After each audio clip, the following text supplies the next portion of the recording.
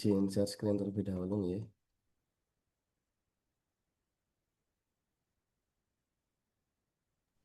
Ya, silakan Pak.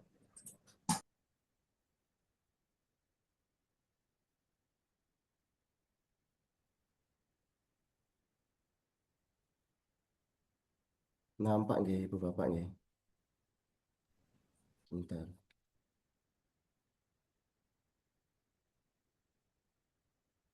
Oke, terima kasih. Assalamualaikum warahmatullahi wabarakatuh. Sebelumnya izin yang terhormat Bapak Rizal, Bu Maya, teman-teman akademisi di Universitas Muhammadiyah Sidoarjo, teman-teman dosen baik itu di Maranatha, Ciputra dan beberapa universitas lainnya, serta tim dari Munsunsim. Di sini saya akan mempresentasikan terkait experiential learning dan kebetulan Kaprodi kami, Bapak Rizal, untuk Munsunsim sendiri itu sudah ada di mata kuliah simulasi bisnis. Sehingga saya di sini akan memberikan judul dalam presentasi ini adalah transformasi ilmu manajemen melalui Munsunsim dengan integrasi experiential learning dan kesiapan kerja masa depan. Nah, hal ini diimplementasi dari outcome based education di era industri 4.0. Sebelumnya perkenalkan nama saya Deta Prapanca. Eh, Seperti yang sudah dijelaskan dari Pak Andre tadi terkait CV dan lain sebagainya, berarti langsung saja ke materi di sini atau pokok pembahasan terkait transformasi ilmu manajemen melalui Musunsim atau integrasi experiential learning. Berarti kita harus lihat terlebih dahulu dari fenomena apa yang terjadi dalam dalam hal ini di era industri 4.0 maupun dampak setelah COVID atau setelah VUCA. Nah, di sini fenomena implementasi outcome based education atau OB di era industri 4.0 bisa kita lihat di mana dunia kerja saat ini tengah menghadapi double disruption di mana disebabkan oleh revolusi industri 4.0 dan dampak pasca pandemi COVID-19.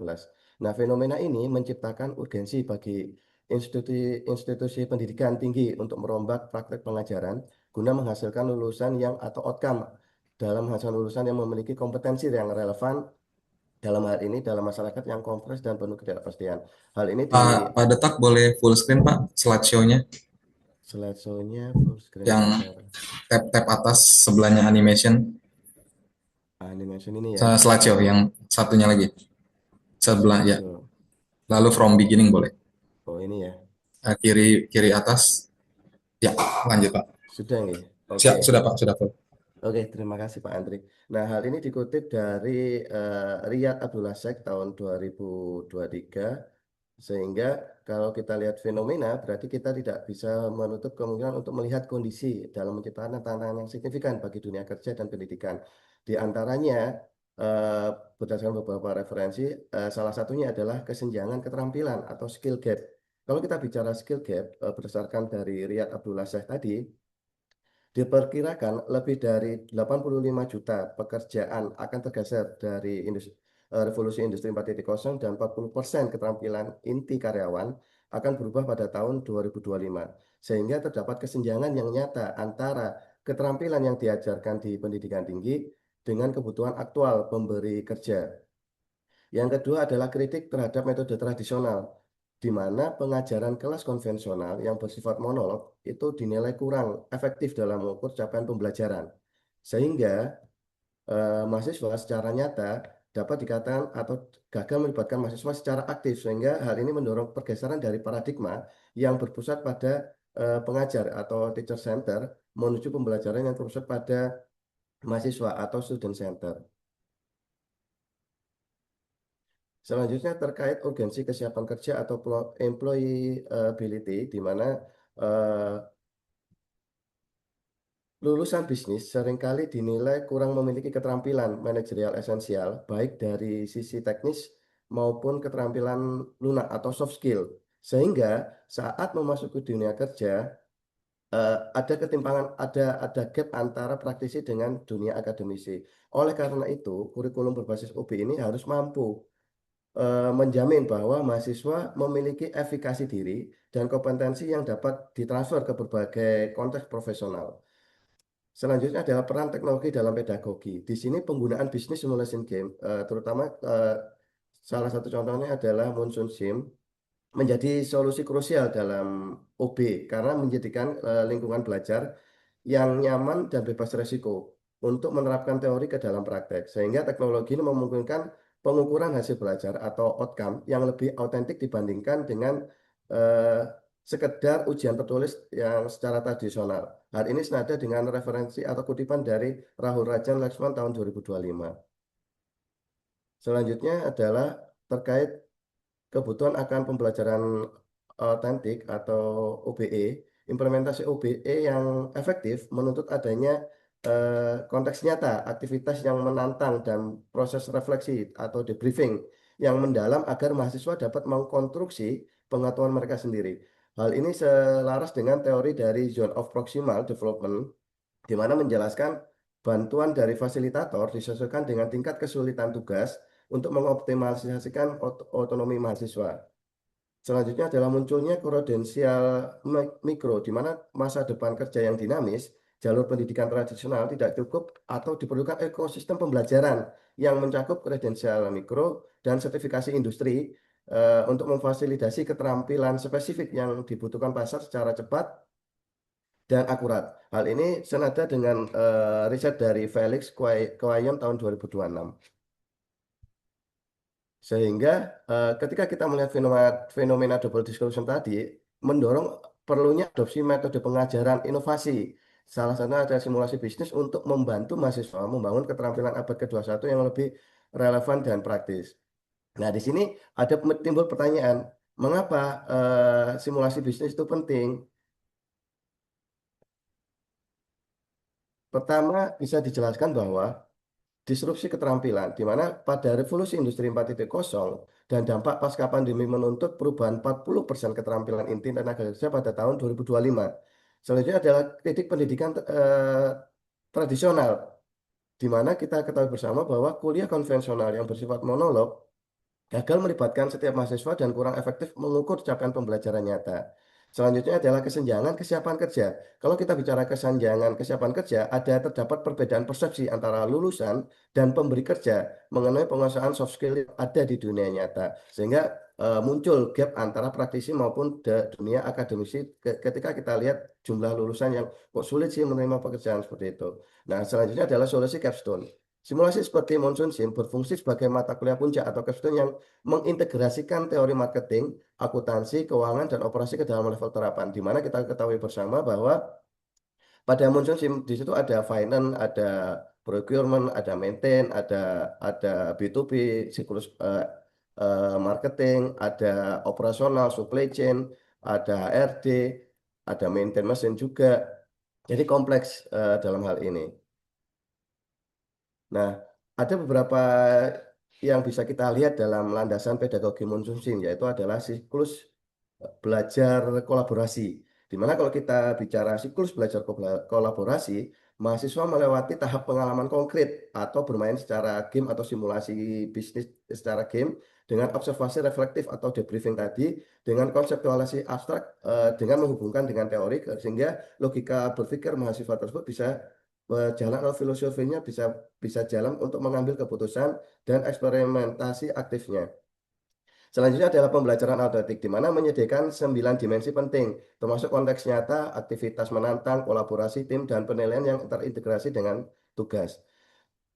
Selanjutnya adalah heterogogi, di mana otonomi pembelajar memberikan otonomi lebih besar pada tugas sulit terbukti meningkatkan keterlibatan, sehingga kenikmatan belajar mahasiswa dibandingkan intervensi dosen yang berlebihan. Nah, di sini ada beberapa temuan empiris dari beberapa riset terdahulu adalah dampak terhadap kompetensi. Di salah satunya adalah simulasi bisnis secara global terbukti memberikan dampak yang signifikan pada satu pengembangan soft skill. Mengapa pengembangan soft skill? Dengan pengembangan soft skill dapat meningkatkan kerjasama tim. Nah, hal ini sudah ada di Monsoon Sim terkait komunikasi interpersonal drastis. Contoh misalkan ketika penentuan dari retail, pembelian retail atau pembelian vendor, vendor satu, vendor dua, atau vendor tiga. Nah, yang selanjutnya adalah efikasi diri dan kesiapan kerja. Dalam hal ini, kalau kita bicara efikasi diri dan kesiapan kerja, dapat meningkatkan kepercayaan diri internal mahasiswa dalam menghadapi wawancara kerja dan mengelola situasi profesional. Dan hal ini biasanya kalau kita lihat dari konteks tradisional itu masih jarang diperoleh oleh mahasiswa. Nah, selanjutnya adalah literasi keuangan dan strategi dengan membangun struktur kognitif yang terorganisasi dalam memahami profitabilitas. Kita tahu bahwa bersama bahwa kalau kita ingin meningkatkan laba berarti harus ada eh, penerimaan atau penerimaan lebih besar dari biaya-biaya yang kita keluarkan. Nah, selanjutnya adalah determinasi bisnis, di mana kalau kita bicara determinasi bisnis ini memberikan pemahaman bahwa keputusan yang salah akan ada punishment langsung secara sistematis dan ini sudah ada di Monsun sehingga memaksa mahasiswa untuk berpikir secara jangka panjang. Nah, visi masa depan, kalau kita bicara visi masa depan atau kredensial mikro dan dunia VUCA, ada beberapa mikro kredensial di sini adalah sertifikasi Monsun SIM. Dapat diakui sebagai unit kompetensi atau kredensial mikro industri untuk memvalidasi kesiapan karir. Bisa kami jelaskan kemarin waktu tim kami dari manajemen itu yang pernah ikut lomba dan lulus di tingkat nasional itu langsung dapat tawaran kerja di salah satu perusahaan. Nah, selanjutnya kalau kita lihat visi masa depan, dalam menghadapi VUCA, kita bisa melatih adaptabilitas dalam lingkungan yang volatil, tidak pasti, kompleks, dan ambigu melalui batas buku teks biasanya. Nah, selanjutnya adalah inklusi digital dengan memberikan akses yang setara pada pelatihan kepemimpinan atau leadership tanpa memandang gender atau latar belakang sosial ekonomi. Nah, ada beberapa strategi implementasi dan pola debrief yang efektif. Salah satunya adalah mengubah hasil game menjadi insight. Salah satunya performa game selalu mencerminkan pemahaman. Tim yang rugi seringkali belajar lebih banyak dari kesalahan awal mereka. Sehingga dari situ mahasiswa dapat melakukan proses pembelajaran secara aktif dan terkait pengambilan keputusan akan bisa diputuskan secara langsung sehingga bisa mengetahui dunia kerja seperti ini seperti itu. Nah, assessment engine OB menggunakan metrik objektif atau profitabilitas dengan contoh peringkat pasar dan analitik kognitif untuk memvalidasi pencapaian kompetensi secara akurat. Selanjutnya adalah efisiensi pengajaran di mana kalau kita bicara efisiensi pengajaran, otomasi laporan fungsional seperti production dan finance report memungkinkan dosen fokus untuk menjadi fasilitator dan mediator pengetahuan. Nah, ini ada beberapa contoh terkait pertanyaan refleksi yang mendalam untuk menghubungkan metrik fungsional simulasi dengan bukti empiris mengenai pengembangan keterampilan dan kesiapan kerja. Salah satunya adalah refleksi strategi dan literasi keuangan, refleksi operasional dan determinasi, refleksi soft skill dan kolaborasi, serta refleksi pembelajaran autentik dan kesiapan kerja. Kalau kita bicara refleksi strategi dan literasi keuangan, fokus pada membangun struktur kognitif yang terorganisir mengenai strategi bisnis. Dalam hal ini, ada beberapa pertanyaan yang bisa kita ajukan ke mahasiswa. Salah satunya dengan melihat cash on hand tim, bagaimana keputusan spesifik yang paling atau keputusan spesifik yang mana yang paling berkontribusi pada angka tersebut. Kadang ada beberapa teman-teman mahasiswa itu tiba-tiba kita kasih 2.500.000 cash on hand minus. Nah, jadi ada pengelolaan atau ada tata kelola atau kontribusi yang kurang tepat dalam pengelolaan anggaran tersebut. Nah, apakah itu strategi jangka pendek atau investasi jangka panjang? Bisa juga terkait jika tim mahasiswa tersebut mengalami kerugian atau masih loss, apakah itu karena ketidaktahuan terhadap pasar atau kegagalan dalam koordinasi antar fungsi. Misalkan stok berlebihan dari retail satu dengan retail yang lainnya. Nah, selanjutnya adalah bagaimana tim Anda atau terutama mahasiswa di sini menyeimbangkan antara mengejar turnover tinggi dengan menjaga gross margin tetap sehat. Seperti itu. Selanjutnya terkait refleksi operasional dan determinisme, di sini mengajarkan bahwa setiap keputusan memiliki konsekuensi yang sistemik. Dalam hal ini bisa kita ajukan pertanyaan ke mahasiswa dalam production report terlihat pada ada beberapa periode di mana kapasitas mesin tidak maksimal. Nah, dampaknya seperti apa terhadap biaya unit produk dan kemampuan mahasiswa tersebut atau tim mahasiswa tersebut dalam memenuhi permintaan pasar.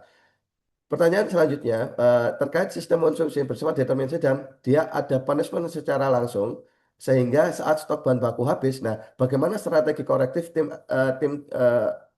mahasiswa tersebut untuk masa depan? Selanjutnya ada refleksi soft skill dan kolaborasi. Di sini fokus pada peningkatan kerjasama tim dan komunikasi interpersonal ada beberapa pertanyaan yang bisa kita bangun untuk mahasiswa. Salah satunya adalah siapa yang mengambil peran sebagai pengambilan keputusan utama dalam situasi kritis? Apakah terjadi backpassing atau melempar tanggung jawab saat tim menghadapi tantangan sulit? Atau bisa pertanyaan selanjutnya adalah bagaimana tim Anda atau tim dalam mahasiswa tersebut mengartikulasikan ide dan menegosiasikan strategi saat terjadi perbedaan pendapat tentang penentuan harga atau lokasi anggaran pemasaran. Selanjutnya adalah apakah tingkat kesulitan tugas yang tinggi membuat tim Anda atau tim mahasiswa tersebut lebih terlibat atau justru memicu stres yang menghambat produktivitas. Nah, selanjutnya adalah refleksi pembelajaran autentik dan kesiapan kerja di mana fokus pada efikasi diri dan kesiapan menghadapi dunia kerja. Di sini bisa kita lihat atau kita berikan pertanyaan terkait setelah melewati simulasi ini atau muncul sim ini, keterampilan baru apa yang Anda sadari sangat dibutuhkan di dunia kerja, namun belum Anda kuasai sepenuhnya, misal manajemen waktu atau analisis data. Selanjutnya adalah bagaimana pengalaman simulasi ini mengubah persepsi Anda tentang kompleksitas menjalankan sebuah perusahaan dibandingkan dengan hanya mempelajari teori di buku saja. Nah, selanjutnya eh, bisa diajukan beberapa pertanyaan juga terkait seberapa yakin Anda atau mahasiswa tim tersebut dalam mengambil risiko bisnis yang terukur setelah berlatih di lingkungan yang bebas risiko tersebut. Nah, ini ada beberapa tips untuk dosen atau fasilitator. Salah satunya yang pertama adalah gunakan analitik, di mana tunjukkan grafik pola pemahaman jika tersedia dari sistem. Biasanya kalau di Munsumsi sudah ada hasilnya langsung untuk membedakan struktur pemikiran tim sukses vs tim yang gagal. Yang kedua adalah fokus pada heterogogi, di mana biarkan mahasiswa menjawab berdasarkan otonomi mereka sebelum Anda memberikan konseptualisasi teori. Yang selanjutnya adalah penyimpulan atau scaffolding, di mana hubungkan setiap jawaban mahasiswa kembali ke prinsip manajemen atau akuntansi untuk memastikan outcome based education tercapai. Terima kasih. Berikut adalah referensi yang dikutip dalam materi ini. Salah satunya adalah diambil dari Sheikh et al., Lexman, Akhtar Rusman, Lever, Miller, Schroeder, maupun Quaison. Terima kasih. Saya akhiri dengan bacaan hamdalah. Alhamdulillah. Saya kembalikan ke Pak Andre. Monggo Pak Andre. Baik, terima kasih presentasinya Bapak Detak Prapanca. Sebelum kita ke Q&A, Bapak Ibu ya, mungkin saya bisa sedikit, Pak Detak, share screen lagi. Oh, nggih.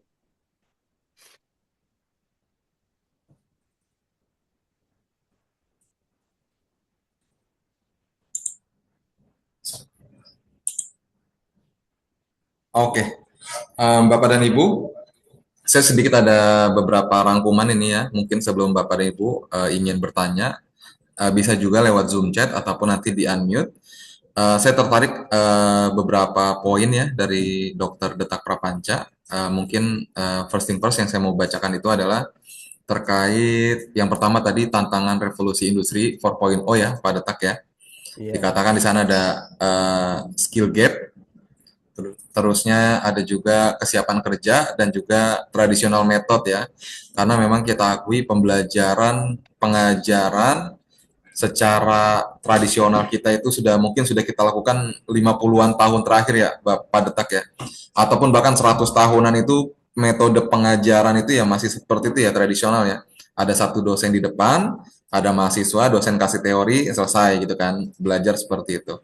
Nah, dari Umsida sendiri Pak, untuk sebelum ada Monsoon Sim, ketika mau ngisi yang skill gap tadi Pak, prosesnya Pak sebelum ketemu Monsoon Sim itu bagaimana Pak yang telah dilakukan oleh Umsida pada tak Pak?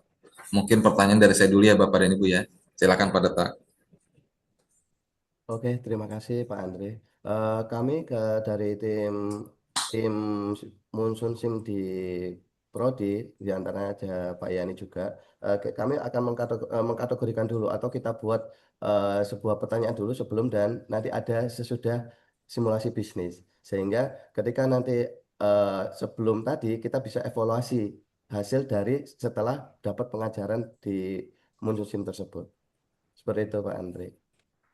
Baik Pak, terima kasih Pak. Di sini juga ada literasi keuangan, ada beberapa quote dari Bapak, literasi keuangan, determinasi bisnis, ada kolaborasi.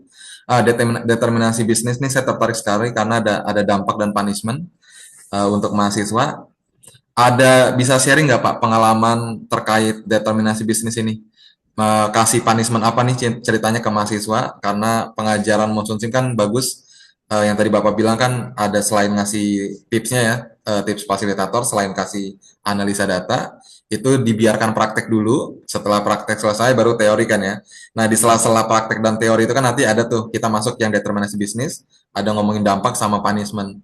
Dosen-dosen Umsida ataupun Padeta sendiri memberikan punishment seperti apa nih untuk ngajarin misalkan proses di mata kuliah manajemen pakai bisnis game Monsoon Sim, berikan tadi ada hukuman ataupun punishment, boleh sharing sedikit nggak Pak Detak? Silakan Pak.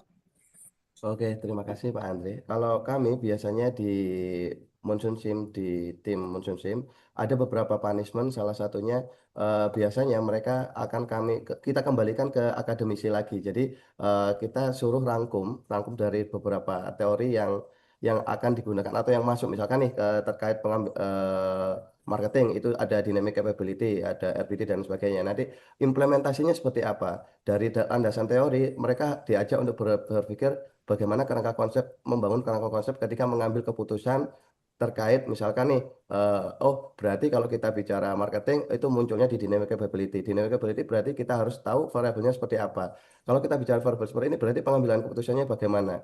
Nah, sehingga mahasiswa diajak untuk berpikir praktis atau teoritis. Jadi ada implikasi praktis maupun implikasi teoritisnya. Seperti itu Pak Andre. Terima kasih Dokter Detak jawabannya. Kita ada pertanyaan ini dari peserta webinar nih Pak Detak. Ada dari Bu Herlinda Maya izin bertanya.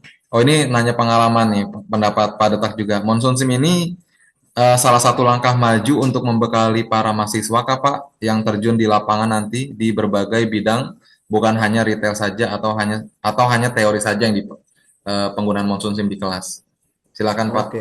sharingnya. Terima kasih Pak Andre. Pertanyaan sangat menarik sekali. Kalau kita breakdown lagi atau pecah terkait Monsoon Sim ada beberapa item atau ada tool menu. Salah satunya ada general, ada finance, ada marketing, ada warehouse, gudang, ada procurement, ada HRD, ada service, dan ada beberapa item. Nah, keseluruhan tersebut itu masuk dari beberapa mata kuliah yang seperti sudah dijelaskan. Ada mata kuliah keuangan, ada mata kuliah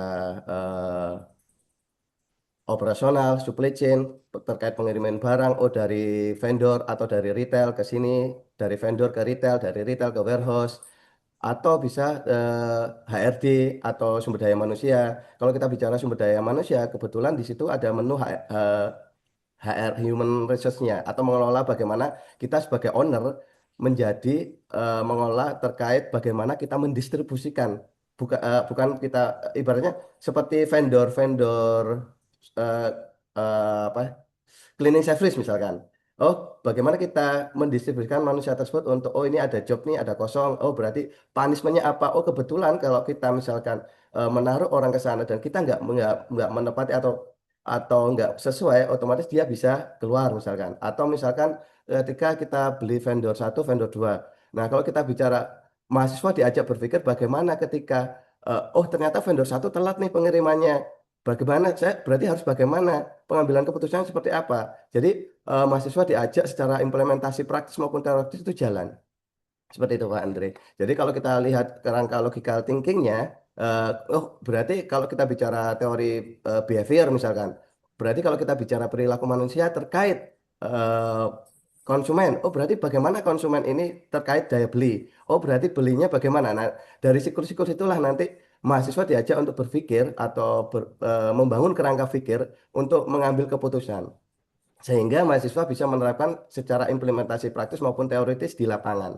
Seperti itu. Jadi nggak hanya teori atau tapi harus ada implementasi praktisnya juga. Seperti itu. Dan kebetulan di Munsun ini lengkap dari finance. Jadi dari semua mata kuliah ada finance, ada keuangan, sumber daya manusia, marketing, operasional, akuntansi juga ada. Seperti itu Pak Andre. Ya, terima kasih. Semoga menjawab juga ya Bu Herlinda Maya ya. Tambahan aja dari saya, kalau saya tadi dari pengguna ya, kalau saya karena dari orang monsunnya, kami juga 100% menjawab pembekalan terhadap mahasiswa itu juga sangat-sangat didukung ya, bukan hanya bidang retail saja untuk semuanya. Bahkan di tahun ini Bapak dan Ibu ya pada tak ya, kami akan Oh ada ya. tambahan fitur juga di modul modul HR ataupun di modul service ya, karena nanti ada fitur namanya hospitality. Jadi nanti Hmm, ada jasa lain.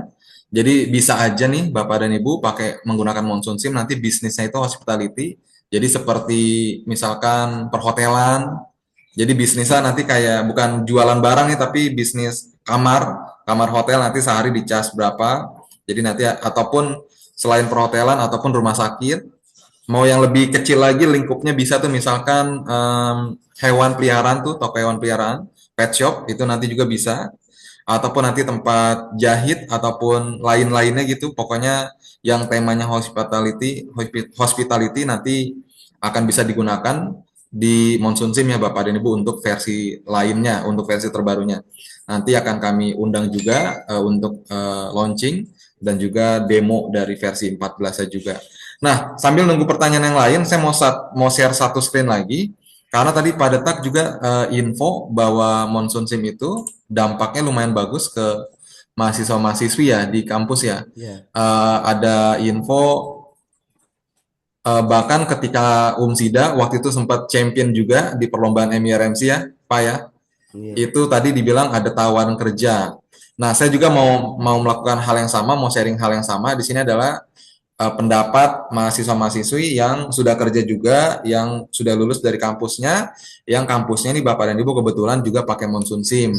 Nah, nanti saya juga mau minta data tuh dari mahasiswanya Pak Detak tuh yang sudah kerja menggunakan pengalamannya, pernah ikutan lomba, dapat sertifikat lomba, jadi champion, sekarang bekerja.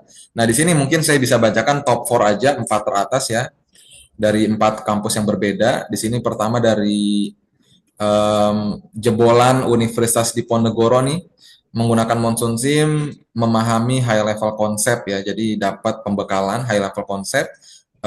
Dia jago di analisa laporan keuangan, produksi, retail, konsep, ya tadi sudah dibahas juga retail konsep, marketing konsep juga sudah sempat disinggung juga oleh Pak Detak. Dan merekomendasikan Monsoon SIM juga nih, lulusan dari Undip. Kedua dari UII, pengalamannya juga membantu memahami alur bisnis secara menyeluruh dari procurement sampai finance report. Ini bahkan disebutkan sekarang kerjaannya nih jadi konsultan analis gitu. Jadi ada dampak yang sangat relevan juga ke pekerjaannya dia. Lagi-lagi juga merekomendasikan Monsoon SIM.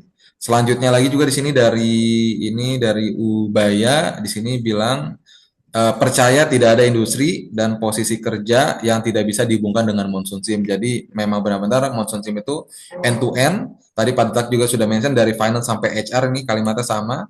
Setidak-tidaknya bisa mengkaitkan satu pengalaman bermain Monsoon SIM ke dunia nyata, dunia kerja. Bahkan tanpa pengalaman, Monsoon SIM itu bisa bikin kita berpikir, beraksi, dan berkomunikasi seperti CEO. Karena Monsoon SIM itu bisnis game ya Bapak dan Ibu. Terakhir dari Eka Prasetya, di sini dikatakan juga sama, pengalamannya membantu mempersiapkan diri menghadapi dunia kerja juga sama, seperti mahasiswa yang lain ataupun tadi dari Umsida juga. Belajar mengambil keputusan berbasis data, bekerja dalam bentuk tim juga, ini juga dikatakan diterapkan langsung dalam pekerjaan saya sekarang nih, tidak disebutkan pekerjaannya apa, yang seperti tadi analis itu, dan juga sangat merekomendasikan pembelajaran berbasis simulasi ini seperti Monsoon SIM kepada mahasiswa lain. Nah, itu mungkin top 4 ya. Nanti mungkin saya mau kirim formnya juga ke Padetak nih ke mahasiswa-mahasiswinya kalau masih keep in touch untuk kami publish juga nanti di websitenya Monsoon SIM. Ada pertanyaan nih setelah saya share screen. Dari Dr. Sumartik, beliau kebetulan juga pengajar SDM, mata kuliah SDM, pengajar SDM yang menyiapkan mahasiswa dalam personal branding nih Pak Detak untuk mempersiapkan karir di masa depan. Apakah mahasiswa dapat difasilitasi dari personal journey-nya dari berbagai job, uraian jabatan, dan simulasi perekrutan HR dalam Monsoon SIM? Silakan Pak Detak, ada silakan dijawab Pak Detak Oke, terkait terima kasih. personal brandingnya mahasiswa nih. Oke, terima kasih Pak Andre. Izin menjawab Bu Ati, kami dari tim Monsumsin, ada Pak Yani, ada Pak Rizky juga, terkait personal journey, terkait HR. Kebetulan kami di sini selaku user di Monsunsim itu terdapat yang seperti sudah dijelasin dari Pak Andre tadi terkait HR. Di mana kalau kita bicara HR, nanti kita lihat tuh ada beberapa menu-menu yang yang ada karyawannya. Jadi misalkan ada 4 karyawan yang diisi misalnya di bagian marketing.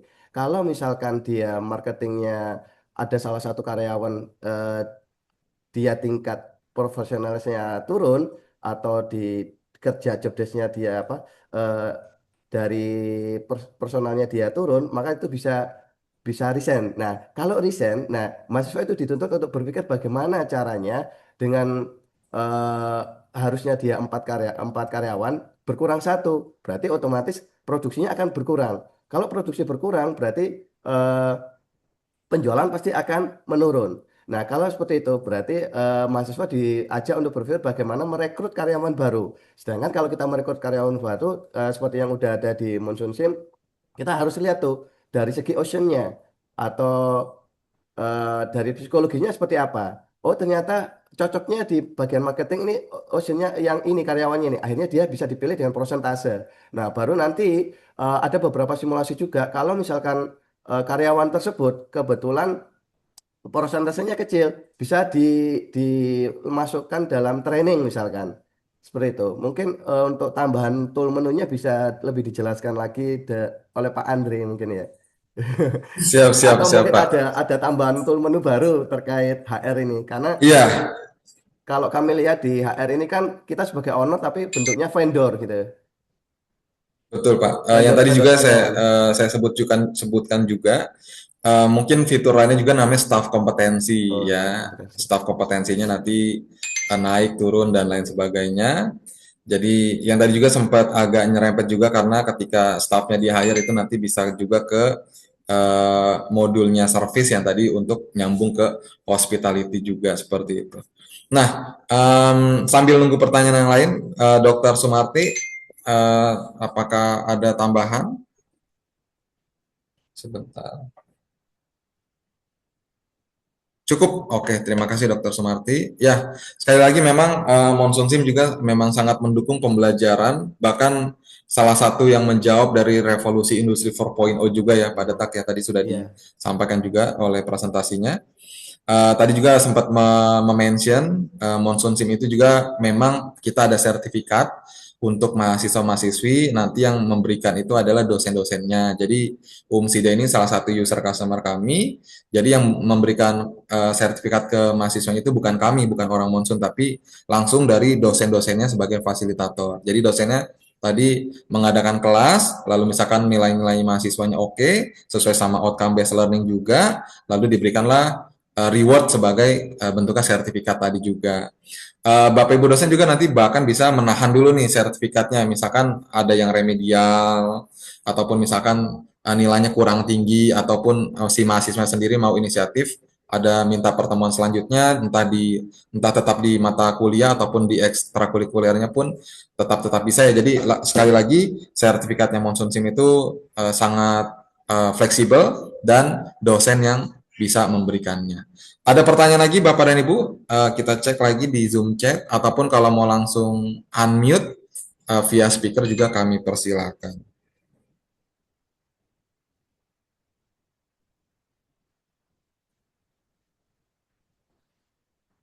Oke, sambil nunggu pertanyaan yang lain, saya juga mau tanya juga satu lagi deh terkait tadi ada quote dari Pak Detak yaitu namanya refleksi strategi. Refleksi strategi itu adalah dosen dan mahasiswa ini saling diskusi ya, Bapak dan Ibu ya, dari hasil permainannya.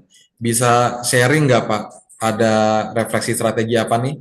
Dosen tuh ngasih saran yang seperti apa tuh terkait strategi-strategi konsumsi Pak Detak? Silakan Pak. oke, terima kasih Pak Andre izin menjawab ya. Kebetulan kita di sini sharing-sharing ya, soalnya kan kebetulan banyak akademisi yang praktisi juga di sini. Mm-mm. Oke, terkait kami di Monsoon ini ada beberapa yang kami berikan. Misalkan nih, kalau kita lihat dari Monsoon sendiri itu bisa dilihat dari aspek makro. Kalau kita lihat dari aspek makro, berarti bisa dikondisikan. Oh, berarti hari-hari apa aja yang misalkan, oh ini hari aktif nih, oh ini hari libur nih. Berarti kita kembalikan ke ilmu ekonomi mikro. Kalau kita bicara ekonomi mikro, berarti kita bicara profit. Kalau kita bicara profit, berarti bagaimana perusahaan itu bisa meningkatkan keuntungan. Nah, berarti dibutuhkan yang namanya total revenue. Nah, tapi total revenue kalau misalkan biayanya tinggi juga bakalan minus. Nah, akhirnya dari mahasiswa yang diberi dana atau cash on hand 2 juta, 3 juta, bagaimana mengoptimalkan dari 2 juta tadi.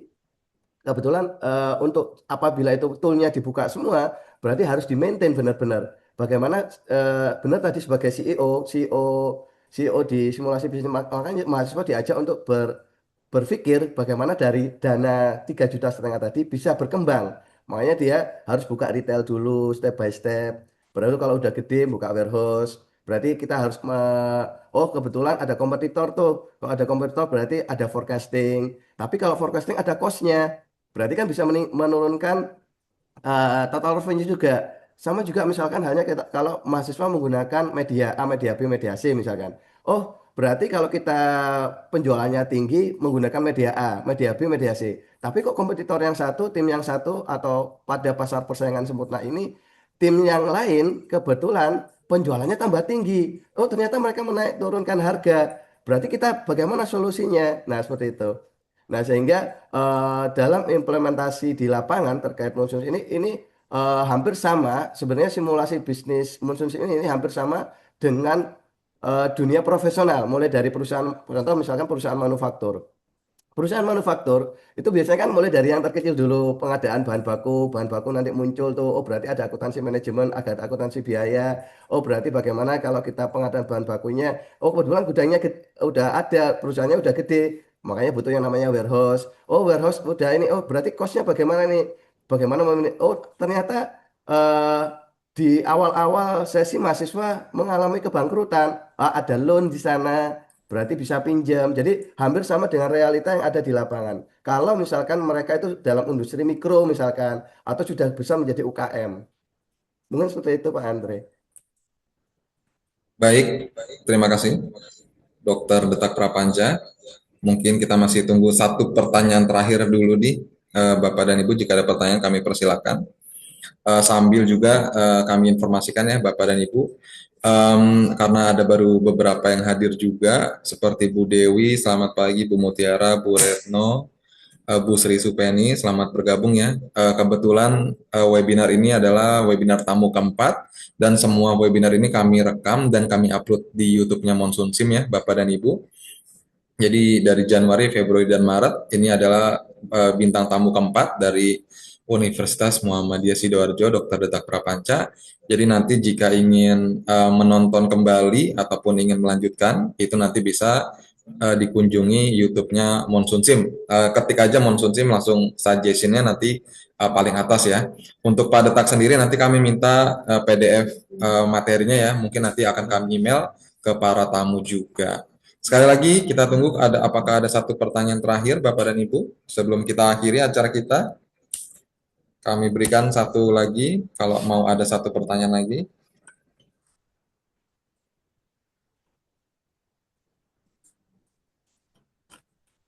Mungkin sharing dari Pak Rizal nih, dari Umsida juga, Kaprodi ya. Oke, Pak Iya, Kaprodi. Pak Ada Kaprodinya nih, ada Pak Yani juga tim ada Pak Yani Indonesia. juga.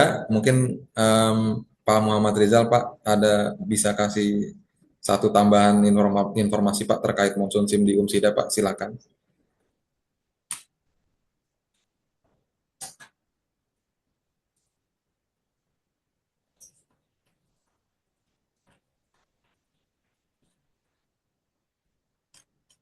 Sepertinya tidak ada. Pak Rizal atau dari Pak Yani, tambahan Pak penggunaan Monsoon Sim di Umsidanya. Izin Pak Andre, tadi mulai ngajar Pak Andre. Disambi ya Pak ya. Iya. Nggak apa-apa Pak, nggak apa-apa Pak. Ya Pak, insight dari kami Pak, selaku ini ya trainer ya dari Monsoon Iya Sim Pak. dari Umsida. Monsoon ini sangat bermanfaat sekali Pak bagi mahasiswa itu. Mahasiswa ada pengalaman banyak Pak dari Monsoon begitu. Seperti yang disampaikan oleh Pak Detak tadi begitu ya. Jadi mahasiswa itu ada yang keterima kerja dengan melihat CV atau sertifikat yang dilampirkan dari Monsoon Sim begitu Pak.